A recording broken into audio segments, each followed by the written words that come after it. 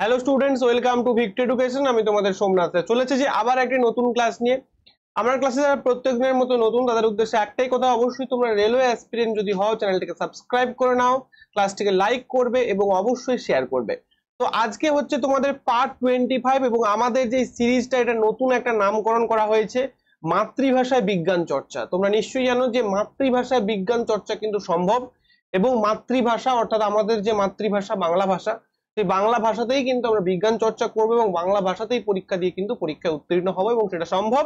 সেই অসম্ভবকে সম্ভব করার দায়িত্ব কিন্তু সোমনাথ তোমাদের সামনে নিয়েছে। এবং আজকে আমরা আলোচনা করব 30 আগস্ট ফার্স্ট শিফটে রেলওয়ে গ্রুপ ডি প্রশ্ন নিয়ে। এবং এই ধরনের প্রশ্নগুলো পরীক্ষায় বারবার আসছে, তাই এই জায়গাগুলো ইম্পর্টেন্ট। এনসিইআরটি ভিত্তিক বাংলায় তোমাদের সায়েন্সের ক্লাস হচ্ছে এবং কঠিন কঠিন প্রশ্নগুলোর সহজ সহজ সমাধান তোমাদের জন্য হচ্ছে।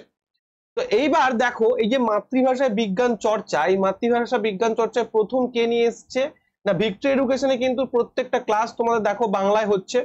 এবং এই মাতৃভাষায় বিজ্ঞান চর্চা যিনি আমার আইডিয়াল এবং যিনি প্রত্যেকটা বাঙালি যারা সায়েন্স কালচার করে তাদের জন্য অন্যতম গুরুদেব, অনেকেই আছে তাদের মধ্যে অন্যতম গুরুদেব বাঙালিদের, বাঙালি সায়েন্টিস্ট, তিনি হচ্ছেন সত্যেন্দ্রনাথ বোস। তিনি বলেছিলেন, যারা বলেন বাংলায় বিজ্ঞান চর্চা সম্ভব নয়, তার বিখ্যাত উক্তি, হয় তারা বাংলা জানেন না অথবা বিজ্ঞান বোঝেন না। চলো শুরু করা যাক আজকের ক্লাস। ক্লাস শুরু করার আগে একটাই কথা, আমার ব্যাচে যারা ইনক্লুডেড হতে চাও সায়েন্স এবং এনটিপিসি ব্যাচে, তারা অবশ্যই কন্ট্যাক্ট করে নাও। নিচের যে কন্ট্যাক্ট নাম্বারটা দেওয়া রয়েছে সেই কন্ট্যাক্ট নাম্বারে কন্ট্যাক্ট করে নেবে। এখানে এত কিছু ফেসিলিটিস এখানে রয়েছে, এই ফেসিলিটিস গুলো কিন্তু তোমরা এখান থেকে পাবে এই দুটো ব্যাচ। বেশি কথা বলছি না, চলে যাচ্ছি আজকের প্রশ্ন। প্রথম প্রশ্ন বলছে প্রোপেন, প্রোপানন কি বলছে দেখো, প্রোপানন কোথা থেকে প্রশ্ন দিয়েছে, অর্গানিক কেমিস্ট্রি থেকে তোমাদের প্রশ্নটা দিয়েছে। এবার বলছে এই যে প্রোপানন, এই প্রোপাননে কার্বন ড্যাশটি অর্থাৎ কটি কার্বন রয়েছে এবং কার্যকরী ড্যাশ গ্রুপ রয়েছে, অর্থাৎ বিভিন্ন যে কার্যকরী গ্রুপ বা যেটাকে আমরা বলি ফাংশনাল গ্রুপ, সে বিভিন্ন প্রকার ফাংশনাল গ্রুপের জন্য তার নামগুলো আলাদা আলাদা হয়। যেমন আমি যদি বলি কার্বক্সিলিক অ্যাসিড যদি প্রেজেন্ট থাকে অর্থাৎ COOH যদি প্রেজেন্ট থাকে, তাহলে সেটা কি হয়, তাহলে সেটা হয়ে যায় ওইক অ্যাসিড। যেমন এটা যদি থাকতো আমার প্রোপানোইক অ্যাসিড, এটা যদি থাকতো প্রোপানোইক অ্যাসিড, তাহলে কি হয়ে যেত এটা, তাহলে এটা হয়ে যেত কিন্তু কার্বক্সিলিক অ্যাসিড গ্রুপ থাকতো, তাই না? কিন্তু দেখো এখানে বলছে প্রোপানোন, নোন। দেখো এখানে কি হচ্ছে, এখানে প্রোপানোনটা কিসের মতো শুনতে লাগছে, কিটোনের মতো শুনতে লাগছে। অ্যালডিহাইড থাকলে তো অ্যাল হতো, প্রোপানল। যদি প্রোপানল থাকতো তখন এটা অ্যালডিহাইড হতো, যদি প্রোপানোইক অ্যাসিড থাকতো তখন এটা কার্বক্সিলিক অ্যাসিড হতো। কিন্তু যেহেতু প্রোপানোন বলেছে, অবভিয়াসলি কিটোন হবে। এবার কিটোন দিয়ে দেখো দুটো অপশন রয়েছে, তোমরা প্রত্যেকে নিশ্চয়ই জানো।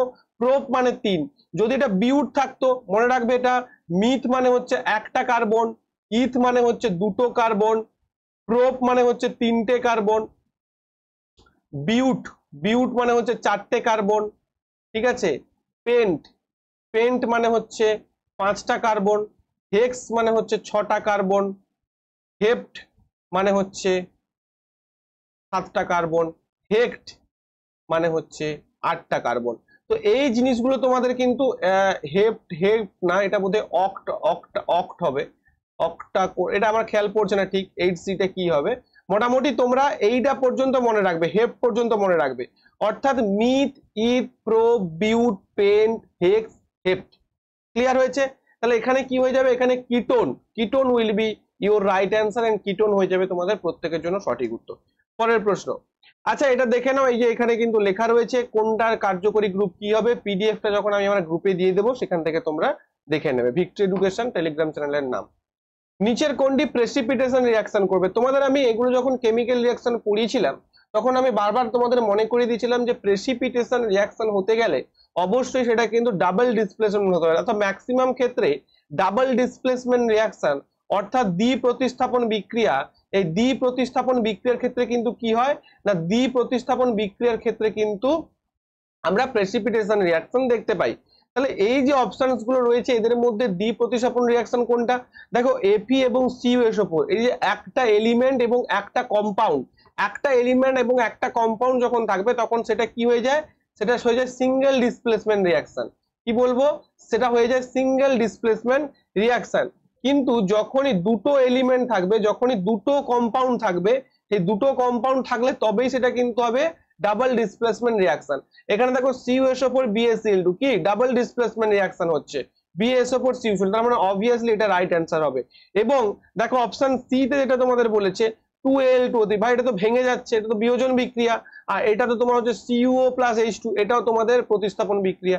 তাহলে সঠিক উত্তর হচ্ছে কি এইটা হয়ে যাবে সঠিক উত্তর, ঠিক আছে। এটাও কিন্তু এলিমেন্ট আর এটা কম্পাউন্ড, কম্পাউন্ড এবং এলিমেন্ট থেকে কি উৎপন্ন হচ্ছে, আলাদা একটা কম্পাউন্ড উৎপন্ন হচ্ছে, ঠিক আছে, আবার আলাদা একটা কম্পাউন্ড এবং এলিমেন্ট হচ্ছে। আর এখানে দেখো দুটো কম্পাউন্ড ডিসপ্লেসমেন্ট হয়েছে, দুটো আলাদা আলাদা কম্পাউন্ড উৎপন্ন হচ্ছে, এটাই হয়ে যায় প্রেসিপিটেশন রিঅ্যাকশন। মানুষের খাদ্যনালীর চিত্র কিছু দেওয়া রয়েছে, কলাম 2 এর সঙ্গে কলাম 1 মেলাতে হবে। কলাম এ তে কি বলছে, ভিলি অ্যাবজর্বস ওয়াটার ফ্রম ফুড। আচ্ছা এখানে তোমাকে ABC চিহ্নিত চিত্র দিয়ে দিয়েছে। আচ্ছা দেখো এই যে এটা আমি যদি একটু স্পষ্ট করে তোমাদের দেখাই, এই এটা কোথায় রয়েছে বলো তো, এটা কি, এটা হচ্ছে আমাদের লিভার। আমি তোমাদের প্রত্যেকটা সময় বলি যে আগের বছর গ্রুপ ডি এর প্রশ্ন দেখে তোমরা নিশ্চয়ই বুঝতে পেরেছো যে ডায়াগ্রাম ভিত্তিক যে ব্যাপারগুলো, অর্থাৎ ডায়াগ্রাম ভিত্তিক যে প্রশ্নগুলো, সেটা তোমাদের ফিজিক্স হতে পারে কি সেটা তোমাদের বায়োলজি হতে পারে, কেমিস্ট্রিতে বিশেষ কিছু ডায়াগ্রাম নেই, তো সেইগুলো কিন্তু প্রত্যেকটা শিফটের জন্য সমানভাবে গুরুত্বপূর্ণ। তোমাদের এএলপি এবং টেকনিশিয়ান পরীক্ষা যারা দিতে যাচ্ছ তাদের জন্য কিন্তু এটা গুরুত্বপূর্ণ রয়েছে। তাই এই যে ডায়াগ্রামটা, এই ডায়াগ্রামে কি বলেছে দেখো, প্রথম যে অংশটা যে ডি, সেই ডি তে কি বলেছে, লিভারকে ডিনোট করা হয়েছে। এবার লিভার কি করে, villi অ্যাবজর্বস water from food, liver দিয়ে কাকে, ডি কে, ডির সঙ্গে কে মিল খাবে দেখো, যে কোনো একটাকে আগে খুঁজে বের করো।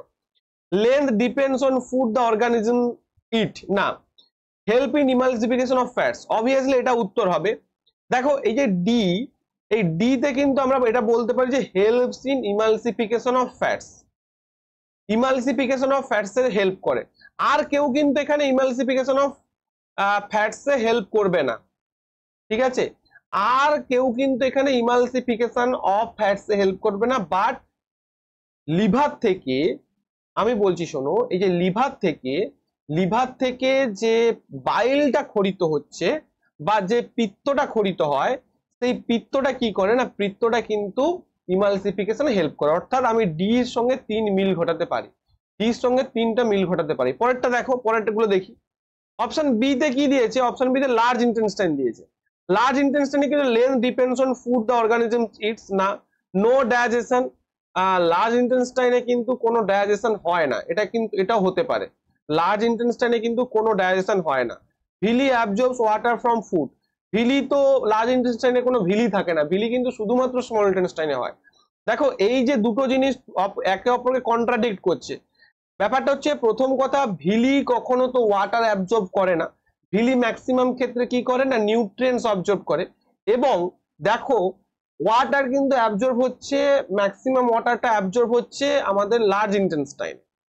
তাহলে আমি বলতে পারি এই যে বি অপশনটা 1 হতে পারে, কিন্তু 1 ভিলির জন্য আবার নাও হতে পারে, আবার 4 নম্বর হতে পারে, কারণ লার্জ ইন্টেস্টাইনে কিন্তু কোন রকম কোনো ডাইজেশন হয় না। তাহলে আমি ধরে নিলাম যে সি এরটা 4 হতে পারে, সি এরটা 4 হতে পারে, ঠিক আছে, বা 1ও হতে পারে। যদিও 1 হওয়াটা ইম্পসিবল ব্যাপার, তাও আমি 4টাই বেশিরভাগটা ধরলাম। সি এরটা নয়, সরি বি এরটা 4 হতে পারে, ঠিক আছে। এবার দেখো, কিন্তু দুর্ভাগ্যবশত যে অপশনগুলো আমার দেওয়া রয়েছে সেখানে কিন্তু বি তে কোনোটাতেই অপশন নাম্বার 4 দেওয়া নেই, কোনোটাতেই অপশন নাম্বার 4 দেওয়া নেই। ফলে অপশন নাম্বার 4 না দিয়ে আমি এখানটা আপাতত তর্কের খাতিরে 1 নম্বর অপশনটাকে ধরে রাখলাম কলাম 2 তে। সি তে বলছে কি, সি তে আমার দিয়েছে দেখো স্মল ইন্টেস্টাইনকে ডিটেক্ট করেছে সিটা। তাহলে স্মল ইন্টেস্টাইনের length depends on food the organisms eats. কেন এটা বলেছে, মনে করো একটা অর্গানিজম সে বা একটা যে কোনো একটা প্রাণী সে কি করছে, সে সেলুলোজ জাতীয় খাদ্য খাচ্ছে, তো ডেফিনেটলি তার যে রুমেন জাতীয় যে ক্ষুদ্রান্ত্রগুলো থাকে সেগুলো বড় হয়। তাহলে এটাও এক প্রকার ঠিকই রয়েছে, একদম ঠিকঠাকই রয়েছে। অর্থাৎ সিটটা আমি কিন্তু বলে দিতে পারি যে অবভিয়াসলি 2 হবে, সিটটা কিন্তু অবভিয়াসলি আমরা 2 বলে দেব, কারণ সিতে বাকিগুলো দেবো না। সিতে ডাইজেশন হয়, সিতে ভিলিও থাকে, সিটটা 1ও কিন্তু হতে পারে, একটা দিক দিয়ে দেখতে গেলে সিটটা কিন্তু 1ও হতে পারে। তো সি 1 এবং 2 দুটোই আমি রাখতে পারি, ঠিক আছে। আচ্ছা ডিটা তো আমি বললাম, ডিটা তো এটা রয়েছে, বাকি এ। আচ্ছা এটা কি, এটা হচ্ছে কিন্তু ইসোফেগাস। ভাই ইসোফেগাসে তো কোনো ডাইজেশন হয় না, এটা তো একদম কনফার্ম। তাহলে এরটা কনফার্ম 4। এবার এগুলোকে তুমি মেলাও, ভারী কনসেপচুয়াল প্রশ্ন তোমাদের দিয়েছে। আচ্ছা, এ যে 4, দেখো এর সঙ্গে কিন্তু আলাদা কিছু মিশবে না। Length depends on food the organism. ইসোফেগাসের কিন্তু লেন্থটা প্রত্যেকের একই হবে, মানে প্রত্যেকটা প্রাণীর আলাদা আলাদা প্রাণীর আলাদা আলাদা রকম। সেটা কিন্তু ফুডের উপর ডিপেন্ড করে তার লেন্থটা ডিপেন্ড করবে না। অনেকে এটার সঙ্গে গুলিয়ে ফেলবে না। ফুডের উপর ডিপেন্ড করে লেন্থটা পাল্টালে সেটা শুধুমাত্র স্মল ইন্টেস্টাইনে পাল্টাবে। কারণ একটা প্রাণী যে সেলুলোজ টাইপের যে খাদ্য গ্রহণ করছে, দ্যাট মিনস যারা হার্বিভোরাস হচ্ছে, অর্থাৎ যারা শাক পাতা খাচ্ছে, যেমন ছাগল, গরু, খরগোশ, এদের স্মল ইন্টেস্টাইন অনেকটা লম্বা। তাহলে আমি বলতে পারি সিটা, যেটা স্মল ইন্টেস্টাইনে ডিনোট করেছে এখানটা। আচ্ছা, এইটা বিটা তো লার্জ, এই ছবিটা স্পষ্ট বোঝা যাচ্ছে না, বিটা বোধহয় লার্জ ইন্টেস্টাইনেই ডিনোট করেছে। ঠিক আছে, তো যাই হোক, আমি দেখতে পাচ্ছি যে এটা আমার ডেফিনেটলি 4 হবে। অর্থাৎ আমাদের যে ইসোফেগাস, সেই ইসোফেগাস কিন্তু ডেফিনেটলি 4 হবে। তাহলে এ তে ডেফিনেটলি 4 কোথায় আছে দেখো, অপশন নাম্বার 4 এ রয়েছে। একমাত্র অপশন নাম্বার 4 এ কিন্তু A4 রয়েছে। এবার অপশন নাম্বার 4 গুলোকে তুমি বলাও। A4 মানে কি, ইসোফেগাসের সঙ্গে নো ডাইজেশনের মিল, এটা ঠিক আছে। B1, বিটা দেখো, বি নিয়ে কিন্তু কনফিউশন থেকে যাচ্ছে। কারণটা হচ্ছে ভাই, ভিলি কিন্তু লার্জ ইন্টেস্টাইন থাকে না। এই প্রশ্নটা একটু গড়বড় রয়েছে। আমি শিওর যে এই প্রশ্নটা নিয়ে হয়তো কোনো পরবর্তীকালে গ্রুপ ডি বা রেল কিছু ভুল সংশোধন করেছে কিনা বলতে পারবো না, তবে একটু প্রবলেম রয়েছে। কারণ ভিলি, এই জায়গাটা ভিলি না থাকলে আমি বলে দিলাম যে 100% ঠিক, অ্যাবজর্ব ওয়াটার ফ্রম ফুড থেকে ওয়াটারটা অ্যাবজর্ব করে নেয়, এটা লার্জ ইন্টেস্টাইন করে। কিন্তু ভিলিটা কেন লিখেছে এখানে? ভিলি থাকার জন্য প্রশ্নটা তো একটু ভুলভাল হয়ে যাচ্ছে। কিন্তু মোস্ট প্রবাবলি অপশন 8 মানে অপশন নাম্বার 4টাই কিন্তু মোস্ট প্রবাবলি কারেক্ট হচ্ছে। তার কারণ দেখো, B1, বিটা কি না, বিটা হচ্ছে তোমার আচ্ছা বি বলছি, সিটা দেখো, সিটা 2, সিটা মানে তো স্মল ইন্টেস্টাইন হচ্ছে লেন্থ ডিপেন্ডস, এটা ঠিকই রয়েছে। এবং D3, ডি মানে দেখো লিভার, ইমালসিফিকেশন অফ ফ্যাট। অর্থাৎ এই যে বি নম্বর অপশনটা যদি আমি একটু গোলযোগ ধরি, বাকিগুলো কিন্তু ঠিক রয়েছে। ঠিক আছে, কিন্তু বাকিগুলো তো কোনো অপশনই মিলছে না। তাহলে আমি অপশন নাম্বার 4 বলতে পারি, বাট নট অ্যাপ্রোপ্রিয়েট। মানে কোশ্চেনের রেসপেক্টে দেখতে গেলে কিন্তু এটা অ্যাপ্রোপ্রিয়েশন হচ্ছে না।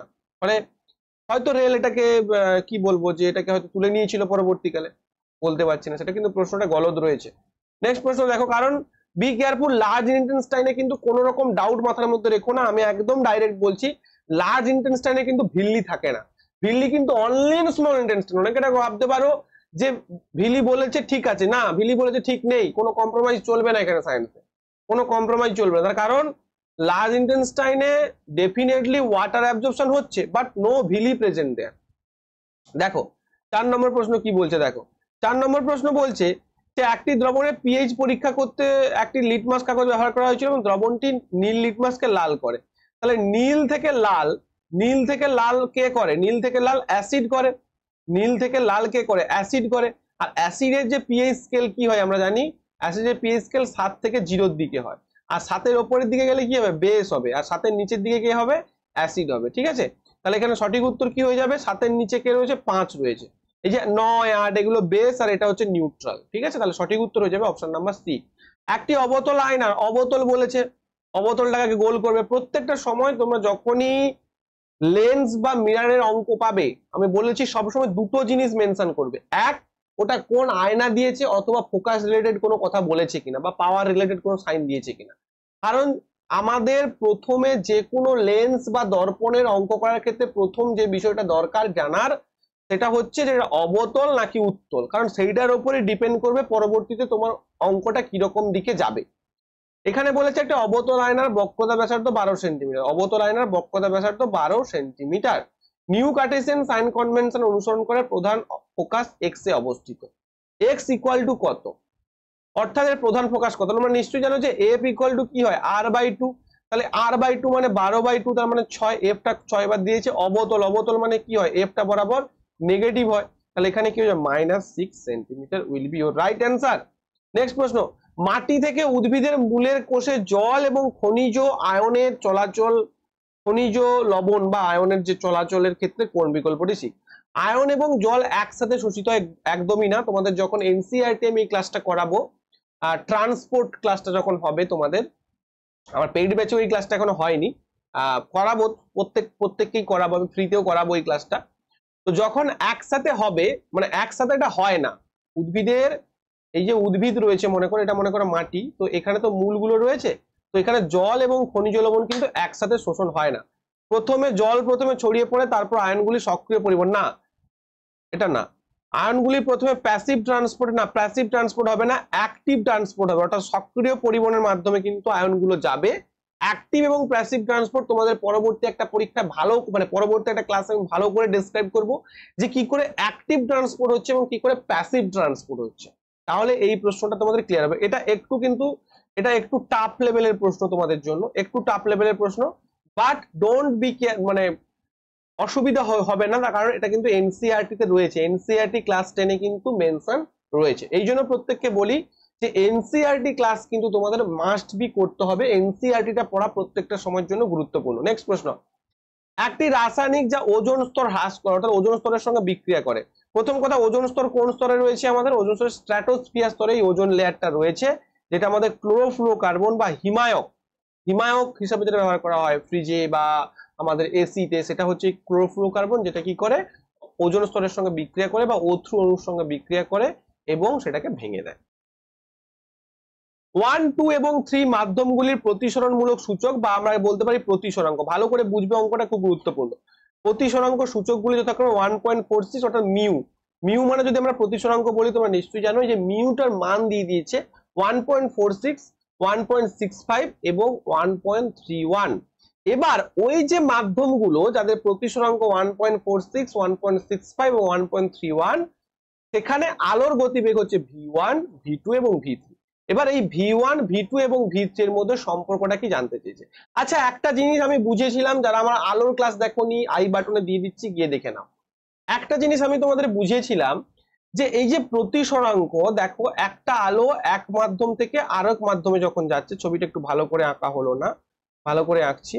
একটা আলো যখন এক মাধ্যম থেকে আরেক মাধ্যমে যায়, এই মনে করো একটা আলো যাচ্ছে, এই আলোটা কি হচ্ছে এক মাধ্যম থেকে আরেক মাধ্যমে যাচ্ছে, যেতে হলে এটা অভিলম্বের দিকে কি হলো, সরে এলো। তাহলে দেখো এক মাধ্যম থেকে আরেক মাধ্যমে যাচ্ছে, মনে করো এটা হচ্ছে লঘু মাধ্যম আর এটা হচ্ছে ঘন মাধ্যম। তাহলে একটা হচ্ছে লঘু মাধ্যম আর একটা হচ্ছে ঘন মাধ্যম। এই যে লঘু মাধ্যম থেকে ঘন মাধ্যমের দিকে যে আলোক রশ্মিটা যাচ্ছে, লঘু মাধ্যম মানে কি, তার প্রতিসরাঙ্কটা কি হচ্ছে না μ1, আর এটা যদি μ2 হয় তাহলে অবভিয়াসলি μ1 লেস দেন μ2 হবে। অর্থাৎ লঘু মাধ্যমের প্রতিসরাঙ্ক সবসময় কম হয় এবং ঘন মাধ্যমের প্রতিসরাঙ্ক বেশি হয়। অর্থাৎ লঘু মাধ্যমকে আমরা বলতে পারি যে অপটিক্যালি রেয়ারার মিডিয়াম, আর ঘন মাধ্যমকে আমরা বলতে পারি যে অপটিক্যালি ডেন্সার মিডিয়াম। তুমি দেখবে এই যে আলোটা এখান থেকে এই দিকে যাওয়ার সময় অভিলম্বের দিকে বেঁকে গেছে, কেন দিকে বেঁকে গেছে, কারণ এটা ঘন মাধ্যম। অর্থাৎ কেন দিকে বেঁকে যাচ্ছে, কারণ ঘন মাধ্যমে আলোর গতিবেগটা কি হচ্ছে, কমে যাচ্ছে। অর্থাৎ যত ডেন্সার মিডিয়াম হবে সেখানে আলোর গতিবেগ কিন্তু তত কম হবে। অর্থাৎ আমরা বলতে পারি যে এই যে আলোর প্রতিসরাঙ্কর সঙ্গে আলোর গতিবেগের সম্পর্ক হচ্ছে কিন্তু ব্যস্তানুপাতিক সম্পর্ক। অর্থাৎ আলোর গতিবেগ যত বেশি হবে ওই মাধ্যমের প্রতিসরাঙ্ক তত কম হবে। তেমন আমি দেখি, যেমন আমি তোমাদের একটা এক্সাম্পল যদি বলি, যেমন আলোর গতিবেগ বায়ুতে কত, আলোর গতিবেগ বায়ু মাধ্যমে কত, বায়ু মাধ্যমে তুমি দেখবে যে 3 × 10⁸ মিটার পার সেকেন্ড, অর্থাৎ অনেকটা বেশি। কেন বেশি, কারণ বায়ু মাধ্যমের প্রতিসরাঙ্ক 1.00 সামথিং, অর্থাৎ 1ই বলতে পারো তুমি। যেহেতু বায়ু মাধ্যমে আলোর গতিবেগ এত বেশি বা যেহেতু বায়ু মাধ্যমের প্রতিসরাঙ্ক কম, μ=1 বলতে পারি, তাই ওখানে আলোর গতিবেগ বেশি। ঠিক আছে, তাহলে এখানে আমরা কি করব, এখানে আমরা এটা করব যে এইখানের মধ্যে যার প্রতিসরাঙ্ক সব থেকে বেশি ওই মাধ্যমে আলোর গতিবেগ সব থেকে কম। ঠিক আছে, তাহলে এখানে প্রতিসরাঙ্ক এখানে বলেছে সঠিক সম্পর্ক, তাহলে প্রতিসরাঙ্ক কার কম সব থেকে দেখি, ওখানে আলোর গতিবেগ সব থেকে বেশি হবে, ব্যস্তানুপাতিক তো। দেখো এখানে 1.46, 1.65, 1.31, তার মানে 1.3 সব থেকে কম, তার মানে 1.31টা হচ্ছে 3 নম্বর মাধ্যমটার প্রতিসরণ সূচক বা প্রতিসরাঙ্ক। তাহলে 3 নম্বর মাধ্যমে আলোর গতিবেগ সর্বাধিক হবে, অর্থাৎ v3টা সর্বাধিক হবে, অপশন নাম্বার 1। তারপরে কি হবে, তারপরে দেখো তারপরে কিন্তু 1.46, তারপরে v1 হবে এবং তারপরে কিন্তু v2 হবে। দেখো v3, v1, v2 এটা ঠিক রয়েছে। তোমাদের উল্টো করে দিয়ে দিতে পারে, উল্টো করে দিয়ে দিতে পারে মানে কি, তোমাদের এটা বলতে পারে রিসেন্ট যে পরীক্ষাগুলো আসছে যে 3টে মাধ্যম রয়েছে, প্রত্যেকটা মাধ্যমের আলো গতিবেগ ডিফারেন্ট, তাহলে এদের মধ্যে প্রতিসরাঙ্ক যদি μ1, μ2, μ3 হয় তাদের এদের প্রতিসরাঙ্কের সঠিক সম্পর্কগুলো বল। উল্টোটা দিয়ে দিতে পারে, তখনও কিন্তু সেই একই নিয়ম হবে, যে মাধ্যমে আলোর গতিবেগ বেশি হবে সেই মাধ্যমের প্রতিসরাঙ্ক কম হবে। ক্লিয়ার, প্রত্যেকের crystal clear. Next, lymph, lymph মানে তোমরা নিশ্চয়ই জানো যে লসিকা, লসিকার কিছু কাজ দেওয়া রয়েছে নিচে, এবার সঠিক কাজটা তোমাকে মেনশন করতে হবে, ঠিক আছে। অন্ত্র থেকে পরিপাক ও শোষিত চর্বি বহন করে, একদম ঠিক বলেছো, মানে একদম ঠিক রয়েছে যে অন্ত্র থেকে বা ইন্টেস্টাইন থেকে পরিপাক ও শোষিত চর্বি বহন করে, পরিপাক এবং শোষিত যে ফ্যাট রয়েছে সেটা কিন্তু বহন করে, ফ্যাট বহন করে, ঠিক আছে, এটা একদম ঠিক রয়েছে। CO2 ফুসফুসে বহন করে, ভাই না, CO2 ফুসফুসে কে বহন করে, আরবিসি বহন করে, কারণ আরবিসির মধ্যে কিন্তু হিমোগ্লোবিন থাকে। লিম্ফ নোডগুলিতে আরবিসি বহন করে, এটাও হবে না।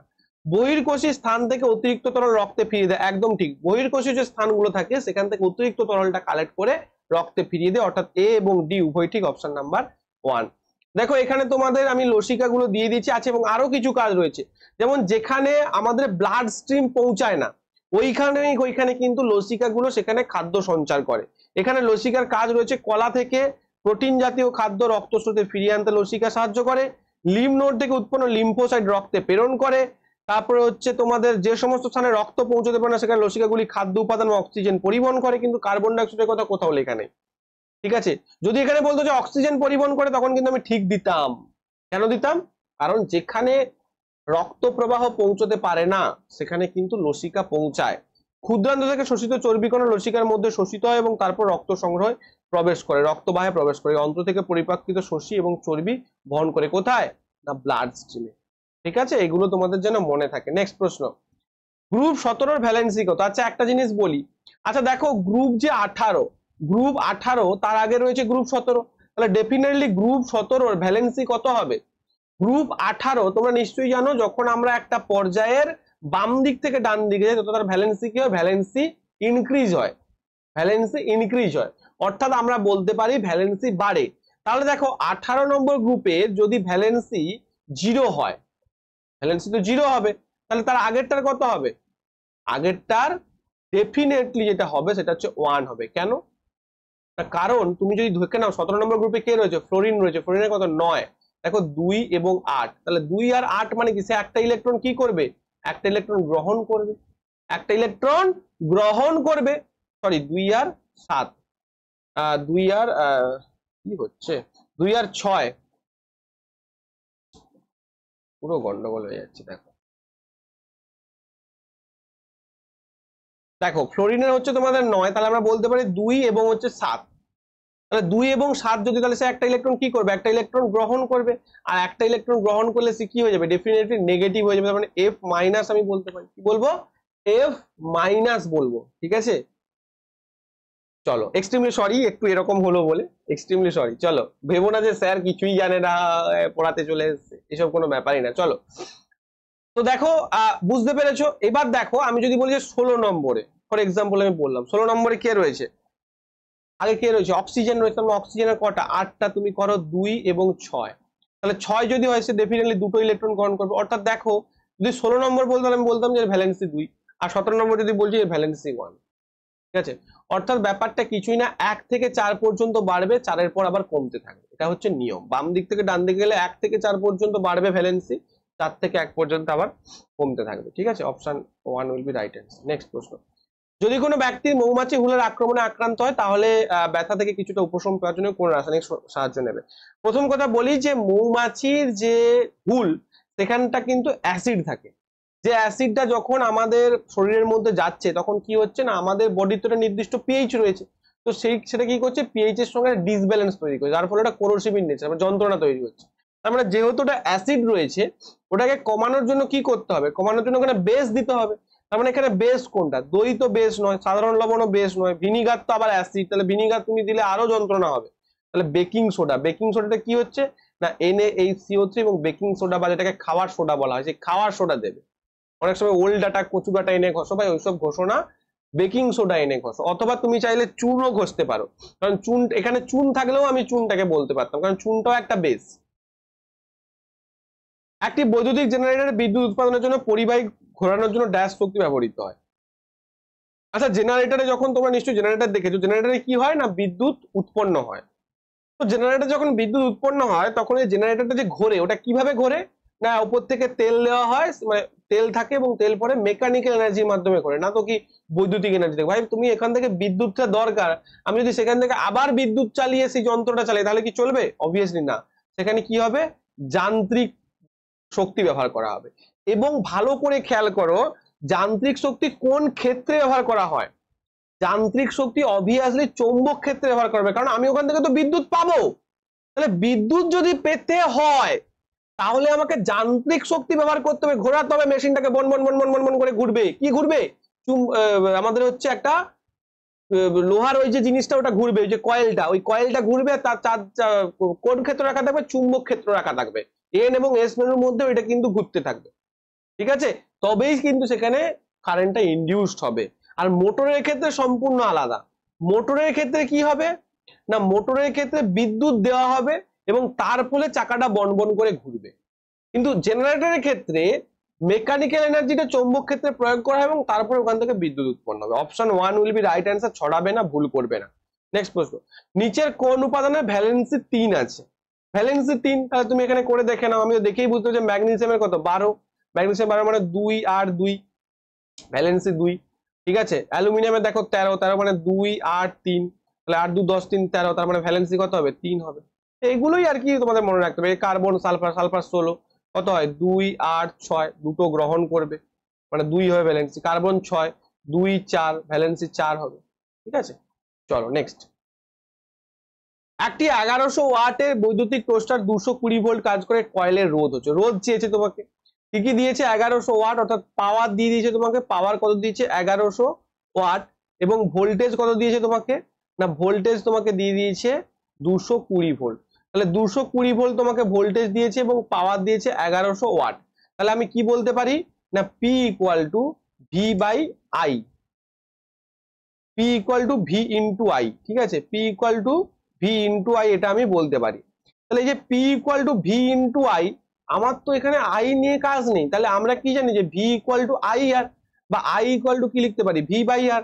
তাহলে আমি এখানে লিখে দেবো যে ভি ইন্টু আই, আই এর বদলে ভি বাই আর, তাহলে ভি ইন্টু ভি বাই আর, এগুলো তোমাদের মনে রাখার কথা, তবু আমি ডেরিভেশন করেই দেখিয়ে দিচ্ছি। তাহলে ভি স্কোয়ার বাই আর, তাহলে ভি স্কোয়ার মানে কত, ভি মানে কত 220 ইন্টু 220 ডিভাইডেড বাই আর, আর কত দেওয়া রয়েছে, আরটাই তো তোমাকে বের করতে হবে। আর যদি বের করতে হয় তুমি এখানে বাই পি করে দাও, তাহলে আর ইকুয়াল টু কি হয়ে যাবে, 220 ইন্টু 220 ডিভাইডেড বাই তুমি করে দাও 1100 ওয়াট, 0 0 কেটে দাও, 0 0 কেটে দাও, 11 দিয়ে 22, 22 দিয়ে 44 ohm will be your right answer. Clear. Next প্রশ্ন, নিচের কোনটি নারী প্রজনন ব্যবস্থার অংশ নয়। ফ্যালোপিয়ান টিউব, ডিম্বাশয়, জরায়ু ঠিক রয়েছে, মূত্রনালী নারী প্রজনন ব্যবস্থার অংশ নয়। মূত্রনালী আলাদা একটা এসে কিন্তু মিশছে, নারীদের ক্ষেত্রে বলেছে কিন্তু এটা। নেক্সট প্রশ্ন,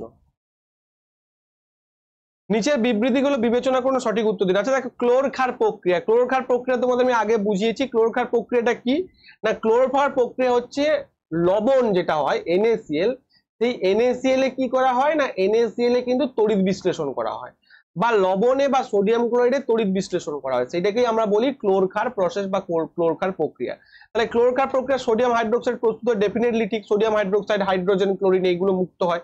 এখন নিচেরটাতেও সেটাই বলা হয়েছে যে এই প্রক্রিয়ায় 3টি পণ্য, ক্লোরিন গ্যাস, হাইড্রোজেন গ্যাস এবং সোডিয়াম হাইড্রোক্সাইড উৎপন্ন হয়। একদম ঠিক লেখা রয়েছে, দুটো বিবৃতি কিন্তু সঠিক লেখা রয়েছে। এই যে ক্লোরক্ষার প্রসেস, এদিকে ব্রাইন, ব্রাইন মানে কি বলতো, এটা অনেক সময় পরীক্ষা চলে আসে। ব্রাইন মানে হচ্ছে NaCl দ্রবণ, এদিক দিয়ে NaCl দ্রবণ ঢোকানো হয় এবং এদিক দিয়ে Cl2 মুক্ত হচ্ছে, H2 মুক্ত হচ্ছে এবং NaOH, ঠিক আছে। তাহলে সোডিয়াম হাইড্রোক্সাইড, ক্লোরিন এবং হাইড্রোজেন। যদি বলা হয় ক্লোরক্ষার প্রসেসটা কি, ক্লোরক্ষার প্রসেসটা হচ্ছে আমাদের NaCl এ যখন আমরা তড়িৎ বিশ্লেষণ করি। উদ্ভিদের যে বাষ্পমোচন হয়, বাষ্পমোচন মানে কি, বাষ্পমোচন মানে উদ্ভিদের পাতা দিয়ে এক্সেস পরিমাণ যে ওয়াটার, সেই এক্সেস পরিমাণ ওয়াটারটা বেরিয়ে যায়। তো এতে কি সুবিধা হয়, বাষ্পীভবনের মাধ্যমে উদ্ভিদের শীতলতা ঘটায়, একদম ঠিক, কারণ বাষ্পায়নের সত্যের সৃষ্টি। যখন দেখবে যে গ্রীষ্মকালে বাষ্পীভবনটা তাড়াতাড়ি হয়, মানে বাষ্পীভবনের রেটটা বেড়ে যায় গ্রীষ্মকালে, কিন্তু তা সত্ত্বেও উদ্ভিদের দেহ কিন্তু শীতল থাকে, একদম ঠিক। একটি অসুবিধা বলেছে, শীতলতা তো অসুবিধা নয়, সুবিধা। সালোক সংশ্লেষের জন্য পাতায় জল সরবরাহ, তোমরা ভাবে যে পাতায় জল সরবরাহ কি করে হবে, মনে রাখবে একটা যখন উদ্ভিদ, এই উদ্ভিদের যখন বাষ্পীভবন হবে, তখন বাষ্পীভবনের ফলে রসের একটা স্রোত তৈরি হবে, অর্থাৎ রসের একটা টান তৈরি হবে, সেই টানের ফলে কি হবে না, মূল থেকে জল শোষণটাও বৃদ্ধি পাবে। বাষ্পীভবনের হার যখন বৃদ্ধি পাবে, মূল থেকে জল শোষণের হারটাও কিন্তু বৃদ্ধি পাবে, খনিজ আয়নের পরিবহনেও কিন্তু হারটা বৃদ্ধি পাবে। তাহলে সঠিক উত্তর কি হবে, গাছপালা শুকিয়ে যেতে পারে, অনেক সময় দেখা যায় এই যে আমরা যখন দেখি যে মরুভূমিতে যে কিউটিকেলটা বেশি পরিমাণে থাকে ক্যাকটাস জাতীয় উদ্ভিদে, তার কারণ পাতা যদি থাকতো ওরা কিন্তু শুকিয়ে যেত, তাই ওদের কাঁটা থাকে যাতে বাষ্পীভবনটা খুব কম পরিমাণে হয় এবং ওদের মধ্যে জলটা সঞ্চিত থাকে। কিন্তু তুমি আবার দেখবে যে লবণাম্বু উদ্ভিদ বা যেখানটা হচ্ছে একটু সমুদ্র কাছাকাছি, যেখানটা জল বেশি রয়েছে, সেখানটা সেই সমস্ত উদ্ভিদের কিন্তু বাষ্পীভবনটা খুব তাড়াতাড়ি হয়। ঠিক আছে। একটি বৈদ্যুতিক মোটর সম্পর্কে কোন বিবৃতিগুলো কি বলছে? বৈদ্যুতিক মোটর সম্পর্কে নিম্ন বিবৃতিগুলো। একটি বৈদ্যুতিক মোটর বিভক্ত রিং ব্যবহার করে, একদম ঠিক, যেটাকে আমরা স্পিল্ট রিং বলি। একদম মাঝখানে যে অংশটা থাকে, এইরকম দুটো অংশের মাঝখানে যে অংশটা থাকছে সেটাকে আমি বলছি স্পিল্ট রিং। ফ্লেমিং এর ডান হাতের নিয়ম ব্যবহার করে মোটর কয়েলের দিক খুঁজে পায়, একদম ভুল কথা। ফ্লেমিং এর ডান হাতের নিয়ম কিন্তু হয় না, এটা হয়ে যায় ফ্লেমিং এর বাম হাতের নিয়ম। ফ্লেমিং এর ডান হাতের নিয়মটা যে জেনারেটরের ক্ষেত্রে হয়, ইনডিউস কারেন্ট যেখানে উৎপন্ন, সেখানে ফ্লেমিং এর রাইট হ্যান্ড রুল। আর ফ্লেমিং এর লেফট হ্যান্ড রুলটা হচ্ছে বৈদ্যুতিক মোটরের ক্ষেত্রে, যেখানে কি করা হয়, বিদ্যুতিক প্রবাহ পাঠানো হয়, তার ফলে মেকানিক্যাল এনার্জি উৎপন্ন হয়। আর জেনারেটরের ক্ষেত্রে কি হয়, মেকানিক্যাল এনার্জি দেওয়া হয়, সেখান থেকে বিদ্যুৎ প্রবাহ উৎপন্ন হয়। তাহলে এখানে কি হয়ে যাবে, শুধুমাত্র ওয়ানটা হয়ে যাচ্ছে সঠিক উত্তর। ওকে, নেক্সট। এখানে দেখো দেখানো রয়েছে এগুলো, আমি তোমাদের যেগুলো বারবার বলে থাকি। ফ্লেমিং এর রাইট হ্যান্ড রুলটা হচ্ছে জেনারেটরস এর জন্য, আর ফ্লেমিং এর লেফট হ্যান্ড রুলটা হচ্ছে মোটরস এর জন্য। নেক্সট প্রশ্ন, একটি নাইক্রোম তার এ বি, খুব ভালো একটা কনসেপচুয়াল প্রশ্ন। একটি নাইক্রোম তার এ বি তিনটি অংশে, এ সি, সিডি এবং ডিবি তিনটি অংশে ভাগ করা হয়েছে একটা নাইক্রোম তারকে। একটা নাইক্রোম তারকে তাহলে কি বলবো, তিনটে অংশে আমরা ভাগ করে ফেলেছি, এইরকম, এইরকম এবং এইরকম। কি কি অংশে ভাগ করেছি, এ এবং বি, এই পুরো নাইক্রোম তারটাকে প্রথমে ভাগ করা হয়েছে এসি, তারপরে সিডি, তারপরে ডিবি। কত কত অংশে ভাগ করা হয়েছে না, এটাকে ভাগ করা হয়েছে আমরা যদি বলি, প্রথম হচ্ছে এক অংশ, তারপর দুই অংশ, তারপর তিন অংশ। এবার এইটার ভোল্টেজ ড্রপ হচ্ছে V1, এটার ভোল্টেজ ড্রপ হচ্ছে V2, এটার ভোল্টেজ ড্রপ হচ্ছে V3। ঠিক আছে। এইবার যদি ভোল্ট, তাহলে নিচের কোনটি ঠিক? ঠিক আছে। এবার একটা কথা বলো আমাকে, এই যে কথাটা এখানে বলা হয়েছে, একটি নাইক্রোম তার এত অনুপাতে মানে এসি, সিডি এবং ডিবি তে ভাগ করা হয়েছে, এবং এই যে 1:2:3 অনুপাতে এটা রোধ রয়েছে বা রেজিস্ট্যান্স রয়েছে, এটা হচ্ছে রেজিস্ট্যান্স। তাহলে তুমি আমাকে একটা কথা বলো, আমরা যে ওহমের সূত্র পড়েছি, বেশি ক্যালকুলেশনে একদম যাব না, সিম্পলি আমাকে বলার চেষ্টা করো। আমরা কি পড়েছি, ভি ইকুয়াল টু আইআর পড়েছি। তাহলে ভি ইকুয়াল টু যদি আমরা আইআর পড়ি, ভোল্টেজ বাড়লে কি হয়, রেজিস্ট্যান্স বাড়ে।